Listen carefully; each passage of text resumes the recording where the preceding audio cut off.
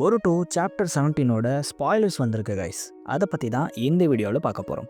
அதுக்கு முன்னாடி நம்ம சேனலை சப்ஸ்கிரைப் பண்ணிவிட்டு ஃபேஸ்புக், டெலகிராம், இன்ஸ்டாகிராம் பேஜை ஃபாலோ பண்ணுங்கள். லிங்க் டிஸ்கிரிப்ஷனில் இருக்குது. ஸ்ட்ரெயிட்டாக ஸ்பாய்லர்ஸ்க்கு வரேன். ஷிங்கியோட ஃப்ரெண்ட்ஸான அராயோ யோடா தான் கலர் பேஜில் இருக்காங்க. இந்த சாப்டருக்கு சைல்ட் ஆஃப் பீஸ்ட்னு பேர் வச்சுருக்காங்க. இது ஒரு டாக்கேட்டிவ் சாப்டராக தான் இருக்குது. டேவனுக்கு ஜூராவோட ஃபைட் பண்ணியே ஆகணுமா. நம்ம 2 பேரில் யார் ஸ்ட்ராங்னு பார்க்கலாம்பான்னு சவால் விட்டுட்டு இருக்காரு. ஆனால் ஜூரா முன்னாடி இல்லை, ஐடா முன்னாடி தான் இவர் சவால் விடுறாரு. போன சாப்டரில் எஸ்கேப் ஆன பொருட்டோ ஹைட் அவுட்டுக்கு போயிடுறாரு. ஜூரா கோனஹா லைப்ரரிக்கு வந்து புக் வாங்கிட்டு காசு கொடுத்துட்டு போகிறாரு.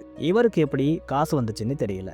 பார்ட் டைமில் எங்கேயாச்சும் வேலைக்கு போகிறாருன்னு நினைக்கிறேன். மாட்சுரி கோனஹமாருவை பார்த்து ப்ளஷ் பண்ணுறாங்க. ஷின்ஜூஸ் ஒரு எமோஷன்லெஸ் இல்லை போல, அவங்களுக்கும் ஃபீலிங்ஸ் இருக்குன்னு கிஷிமோட்டோ ரிவீல் பண்ணி இருக்காரு. சரடா சுமிரை பற்றி தான் இந்த சாப்டர்லையும் நினச்சிக்கிட்டே இருக்காங்க. இதை மிட்சுகே கூட கண்டுபிடிச்சிடுறாரு. கோஜி ஐடாவை காண்டாக்ட் பண்ணி சான் வில்லேஜில் என்ன நடக்குதுன்னு கேட்குறாரு. ஆனால் ஐடா மமுஷியை பற்றி கேட்குறாங்க. ஏன்னா ஐடாவால் ஃப்யூச்சரை பார்க்க முடியாது, கோஜியால் ப்ரெசண்ட்டை பார்க்க முடியாது.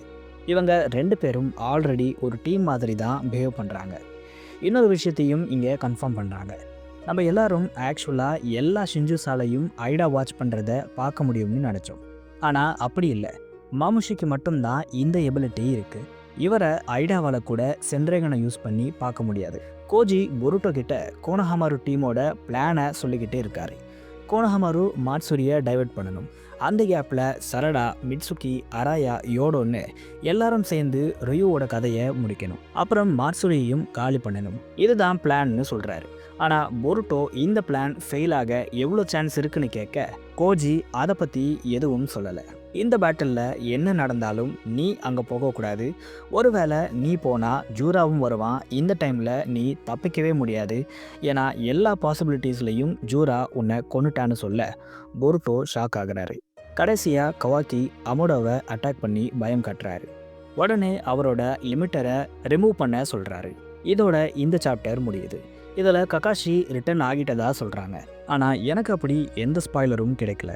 ஒருவேளை கிடைச்சா அதை அப்டேட் பண்ணுறேன்.